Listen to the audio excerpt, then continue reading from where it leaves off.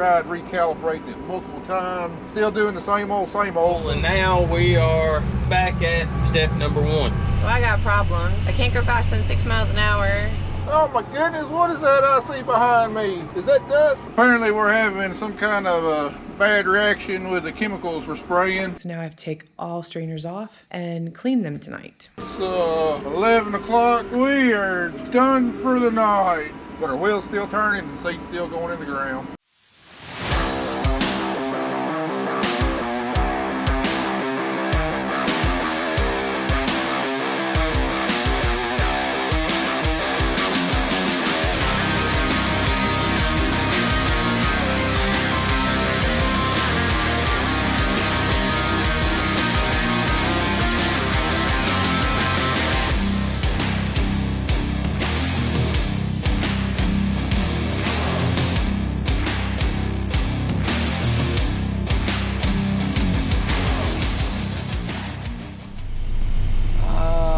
Day 2, and it's early in the morning. We got about 5 hours of sleep, and my coffee is not kicked in yet, but it will. The things we do for your bum so that you have comfortable underwear.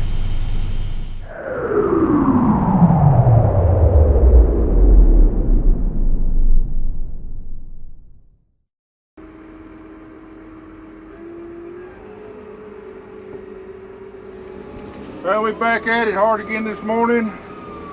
Going on a little sleep. I think we finally rolled in the house last night, about 1 o'clock. Back out here again this morning at 7. But thankfully we've only got, hopefully just a few days like this. Got the rest of the day and tomorrow. And hopefully we'll either be done or the rain will be here and we'll be rained out for a little bit. Kelly just finally got the last of that tank load run that was giving us problems. We had to clean the strainers out again. We got the soap mixed in there now, so hopefully won't have any problems out of this load. We got a pretty ambitious goal today. If at all possible, I'd like to get about 200 acres planted a day. I doubt it'll be possible with the issues we're having, but I had a good day yesterday, relatively speaking. We had to change farms 4 different times, and we got almost 120 acres planted yesterday. Had to fill up the seed a couple times, and then getting a late start with the test plots, and then all the other issues that we had to deal with. I mean, everything said and done, we had a pretty good day yesterday. Got a good bit covered. So 200 is not impossible today. Highly unlikely, but not impossible. Well, we're back out here at it. Got home, ate a little dinner, breakfast, midnight snack combo. Got to bed at about 1:30, 1:40. Back up at 5:35. Back out here at 7. Second cup of coffee this morning. But we got 125, 130 acres knocked out yesterday. And hopefully today we should get a large chunk done. Hopefully about 200, 225 acres. Popped my Tylenol, hit my caffeine. Really wishing I had a 5-hour energy shot in my lunchbox, but I know they're not good for you, but I used to live off them things when I worked 12-hour shifts in a factory. We're gonna get after it. Kelly's already out spraying. I helped Matt get filled up this morning with seed. I'm gonna see how much we can get knocked out today. Anyway, the farm we're on today we call it the Fisher Farm, but it was otherwise known on the TV show that we were on as the New Farm. This is the farm that I supposedly bought without notifying Kelly, which is not true. The only thing that I did do, just to go ahead and set the record straight, the only thing I did do is we had just talked about buying it or whatever, and then I actually called and made an offer on it before I told her. I called and made an offer on it. So yes, Kelly was on board with the purchase of this farm 3 years ago. But you know Hollywood, they gotta amp things up a little bit. Now, this is the 4th crop that we've actually put on this farm, and overall it's been a pretty good farm. We've made some improvements. We've added logs, we've cleared out a little bit, we cleared back some tree lines, we fixed some drainage on it. But overall it's been a pretty good farm. I think we're about getting close to having it where we want. As far as the work, I mean, we'll always be working on improving soil health and everything, but as far as just the way the farm lays and the way it drains and everything and the fertility levels, we're about to get it where we want it. This is the farm last year that actually entered in my NCGA corn yield competition plot, and I came in 3rd in the local contest with I think 262 bushels an acre. So it's definitely got its strong spots. We ran out of our variety that we're planting yesterday on the last farm. I only had about a cup of seed left whenever we got done. I was sitting it there for a minute. Last thing I want to do is tell Kelly at 11 o'clock at night, hey, I need an extra bag of seed to get this farm finished. Today we switched to Phytogen 400 W3FE. It's another enlist variety. We had it last year, did real good, and hopefully it'll do pretty good again this year. This is the last of our pigweed farms that we have pretty bad troubles on. I mean, we got pigweeds on other farms, but they're a little bit more scattered and not as much of a problem as they have been on some of the farms that we planted yesterday and what we're planting right now. So we should have enough seed in the planter to get these 62 acres done, and then we'll be switching back over to our favorite variety, Delta Pine 1725, and it'll carry us the rest of the way on through cotton planting. It's going to be interesting to see if we have any emergence problems with the Delta Pine varieties, versus these Phytogen varieties, because the Delta Pine, while it may yield higher than the Phytogen, it's got a smaller seed size, which means it probably doesn't have as much energy to get up out of the soil if it encounters bad conditions. So it'll be interesting to see if this Phytogen comes on up any better than what the Delta Pine does. There's about a 800-900 seeds per pound difference in the seed size between the Phytogen varieties I'm planting and the Delta Pine. And now I'm playing the fold-up game, where we fold up and go in between fields. We don't have the luxury of just keeping our booms open and relaxing like other farms. So this is the farm that Matt supposedly bought without me, that our TV show really decided that was the drama between the two of us. And honestly, that's not how it went down. So how it actually went down was this farm came up for sale about a month before corn harvest, and Matt was just like, let me just throw caution in the wind and just, give him an offer, and they're probably not going to accept it, but whatever, I'll just kind of throw it at them. And turns out a couple weeks later during corn harvest, they called him and they said, hey, we accepted your offer. And he's like, well, what? So Matt gets on the radio, and I gotta unfold my booms now. Matt gets on the radio and he's like, hey, they accepted that offer on the farm that I bid on. And I was like, what? What farm? And kind of radio silence. And so he told me the whole situation, and it just, it was something that we really needed to purchase, and land around here is not cheap, and we knew the owners, and we used to farm this a long time ago, and he said, let's just go ahead, and what do you think? And I'm like, well, they already accepted your offer. You really no takesies, no takebacks, All right, gotta multitasking here today. So I was like, oh, we bought a farm. It's freaking awesome. That's kind of how it went down. I mean, yeah, did he not tell me? Technically, but he kind of did back in August.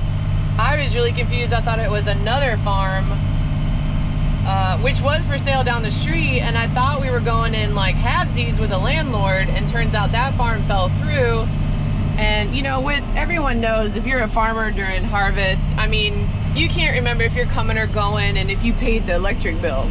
That has happened to me before. I have forgotten to pay the electric bill, so that's kind of how we bought this farm.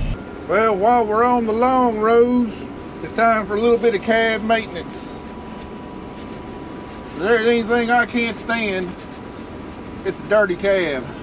And here over the last year, I kind of gotten accustomed to drinking coffee. I never had drank coffee before, hardly. Maybe on Sunday mornings, but just never really developed taste for it. Well, I guess in my older age, I'm doing what most older folks do. I'm enjoying a cup of coffee. But these big mugs in rough fields and cup holders that don't fit just don't work out too well from time to time. So I got a little bit of spilled coffee in here I'm trying to get cleaned up. Plus getting the assortment of dust and dirt that accumulates in the cab, get it cleaned up. I just got done watching the last video of Dylan Joyce. I tell you what, watching his videos and Russ Thomas's videos of Thomas Farms TN, I swear it seemed like all of us having our fair share of difficulties this spring, from the weather to just mechanical problems, just having a really hard time getting a crop put in. Now I know it's not unique to us, you know, there's lots of farmers across the country having the same issues, but just like Dylan said, the weather halfway cooperated with being dry there in April, kind of tricked us into thinking, well, we might have an early spring or an easy spring. Then May rolled around and it just smacked us in the face. He couldn't have been more true with what he said. And Russ Thomas, I don't know, he's over in Middle Tennessee. I don't know if he's had quite as much problem with weather as we had. But I know he's had his fair share of mechanical difficulties with injector pumps, turbos, and whatnot. I really enjoy watching their videos because it shows me, you know, we're not alone out here. There's other people out there that are having almost identical, the same problems as what we're having. We ain't the only ones that are struggling to get our crop put in. Well, it's about 8:45 in the morning. We're about 15 acres in so far today. We are starting out this morning on the infamous American farm. This is the farm that Matt bought without Kelly's permission or consent. This is actually the first time we've had a good stand of cover crop over here to actually do any roller crimping. I sure do wish we had one of them fancy Kelly diamond finisher harrow things that had the most aggressive teeth on it that I could have run over this ground last fall before we put the cover crop in. Because I've been over it with the sprayer a whole bunch of times. I've been over it with the fertilizer spreader a whole bunch of times. And I thought it was bad in the sprayer and the spreader at 60 foot and 100 foot. I had no idea just how rough this ground was until I broke it down to 20-foot swaths with this thing. This sucker is rough as a cob. Now this farm, before Matt bought it, the guys who were farming it before us, it wasn't necessarily conventional till. It's dang near close. I think the only thing they didn't do was run a deep ripper over here. Yeah, that was fine to make one of them fancy seed beds, but you get into late May, June, July, all them good heavy summer rains we got, I can imagine the creeks that were running through this farm. This place was actually really busted up, actually right here where I'm at. This little field right here used to be about 1.5 acres, 2 acres. The tree line actually came out about 20 foot further and straight across and then that way. Back over into there. All of that little rise right there was in trees. None of it was tendable. And when Matt picked this ground up, he had a local logger come in and go to town on it. And we got we rented an excavator and a dozer, and we come over here and we opened this farm up just as wide as we possibly could without having to get off into that tree line over there. And it made it a whole lot better, even though we fought with controlling the creeks that would run down the hill. Coming over here with the dirt pan, and instead of running the disc, just taking that dirt pan and packing dirt down in those little washes. It's almost completely gone, but it still don't take out the fact of years of tillage and turning this ground over as hilly as it is. It's going to take several years for this cover crop to establish, and running no-till for this ground to even halfway smooth out. We're almost done over here. We're going to move across the ditch, and there's 41 acres over there in one big bottom, and hopefully we can get to rolling a whole lot better once we get out of these little cookie cutters. The absolute worst. You're down here, or you've already folded up, and I'm like, no, I'm gonna have enough. I don't have enough, and I literally have 2 passes left. Oh, so frustrating. So now I have to go all the way back to the top, go fill up, come all the way back down here, unfold, do 2 passes, fold back up, go out to the street and over there. It never fails. Every time you're like, oh, please, just let it finish this little field. Nope, it said not today. We still got a lot of acres to go. Well, we're gonna get it done before the R word comes in again, because, you know, we live in the United States southern region rainforest, and it rains every 4 days. As you can tell, as green as it is. We just got done filling up. Matt pulled the main strainers off and went back to the shop and cleaned them. Hopefully the Dawn soap will work. Alrighty, I'm finished with this field. I'm gonna take this over to my parents' house. I'm gonna spray the last of this load out, and then there's 44 acres there. Then I'm going back to the shop.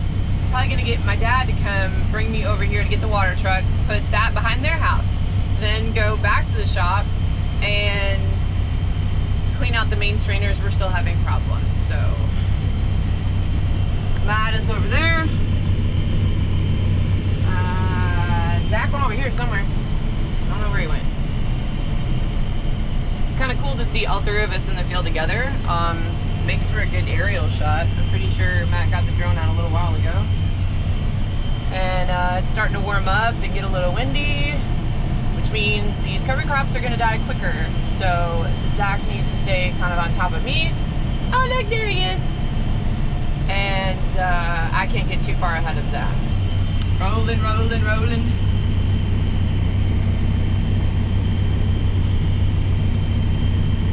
Alright, we just got done over here at the Fisher Farm.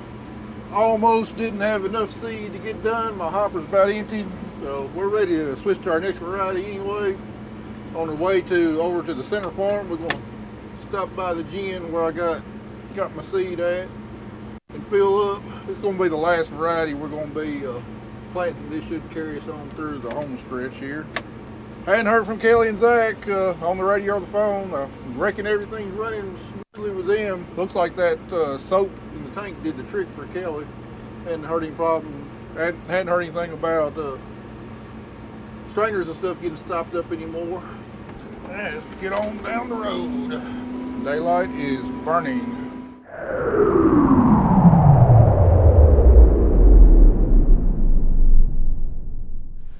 I just talked to the chicken litter guy. He's on his way out here trying to start his truck up. You know, they got it turned back over yesterday afternoon, and he wanted to let it sit a good long while, let all the fluids drain back where they're supposed to. So let's keep our fingers crossed. It cranks up, it runs, and it can spread. Because we got about 3 truckloads of litter already out here that need to be spread, and he's still got several more acres on me that they still got to haul it out and spread. And I've already foregone chicken litter on about 90 acres where we planted that extra corn, and I really don't want to go without putting it on these other acres. It really needs it, so let's keep our fingers crossed. All right, here's the next variety we're going to be putting out. Delta Pine 1725. This right here is my favorite variety that I've ever planted. It's high yielding, maybe not as quite a high yielding as Delta Pine 1646, but it's more consistent. 1646 is kind of hit or miss. Well, that's a variety we first started planting. It's kind of hit or miss on whether it's going to yield really good. It takes a lot of things to come together because it's a longer season variety for it to out yield this 1725. The one thing I love about this variety, it's the most beautiful variety I've ever seen. I mean, it puts on a lot of cotton, and I mean, it fluffs out in the fall. It looks absolutely beautiful.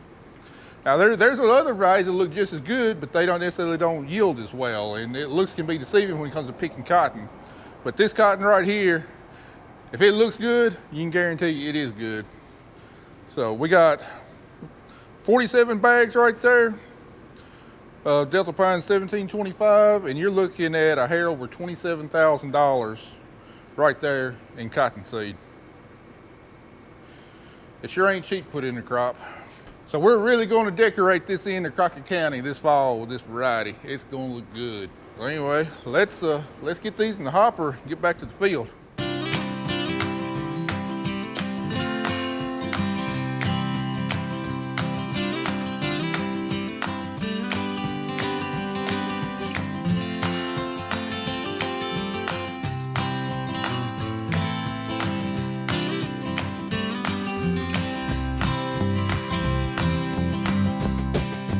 All right, we got some hoppers filled to the brim. We can plant a lot of acres with this. I think we put 32 bags in here, and we get over about 6 acres per bag, so we go a long ways with this. If you've never seen cottonseed before, I know most everybody probably seen corn seed, soybean seed. Not a whole lot of people are that familiar with cotton. I kind of take it for granted, well, because I've grown up with it my whole life, but you know, you get north of here, not too many people have seen cotton, so anyway, give you a look. This is what cottonseed looks like. So it's kind of got a weird, odd-shaped football size. So, had somebody in a video ask me, I think it's back during corn planting, asked me, why do you mess with all those bags instead of buy it in bulk? Well, for one thing, a lot of the varieties I buy, I don't buy a large enough quantity to get stuff in bulk. Now, soybeans I do, but corn and cotton, you know, I like to spread my risk among multiple varieties, and a lot of times I don't have enough acres to have a bulk box of one specific variety. And there comes Kelly. Hope nothing tore up. Beep, beep. Anyway, back to what I was saying, a lot of times we don't buy a large enough quantity of a specific variety to get bulk. I think corn and cotton, for the most part, you got to have 40 bags to get a bulk container of it, and this cotton variety is the only one that we bought enough of to actually qualify for bulk. Personally, I don't much, especially cottonseed, I don't much care for bulk, because then we got to put it in our seed tender, and initially, you know, it's quicker and easier to fill up hoppers, or you saw that weird shaped seed, and well, it just doesn't gravity flow out of the hopper on the seed tender very well at all. You got to get in there and kick it around to get the last little bit out of there, and that gets kind of aggravating. Plus, we can't measure quantities near as well with the seed tender as we can bags. These cotton bags each have approximately 230,000 seed in them. The corn bags have around 80,000 seed in them.